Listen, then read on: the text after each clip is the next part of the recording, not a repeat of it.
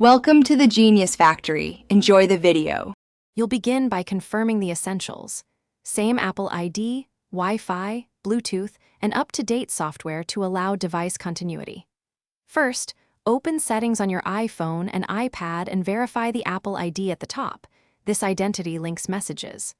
Once done, make sure both devices are on the same Wi-Fi network and have Bluetooth on. This improves handoff speed. These steps aren't optional because Messages uses your Apple account and local networking to sync content securely and reliably. Now you enable text message forwarding so SMS and MMS reach your iPad.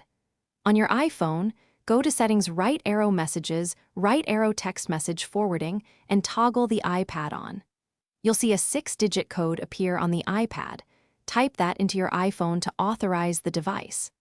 This verifies ownership and creates the secure relay for carrier messages. Make sure both devices remain unlocked during this step, so the pairing completes without interruption and the system stores the authorization. Finish by turning on Messages in iCloud on both devices. This keeps threads and attachments synced. After enabling, give the devices a moment to upload and download message history. Large attachments take longer. If messages don't appear, restart both devices, verify you're signed into the same Apple ID, and confirm cellular SMS is enabled on the iPhone.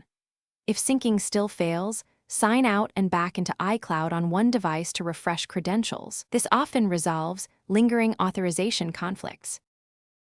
Thanks for watching. If you found this helpful, don't forget to like and subscribe.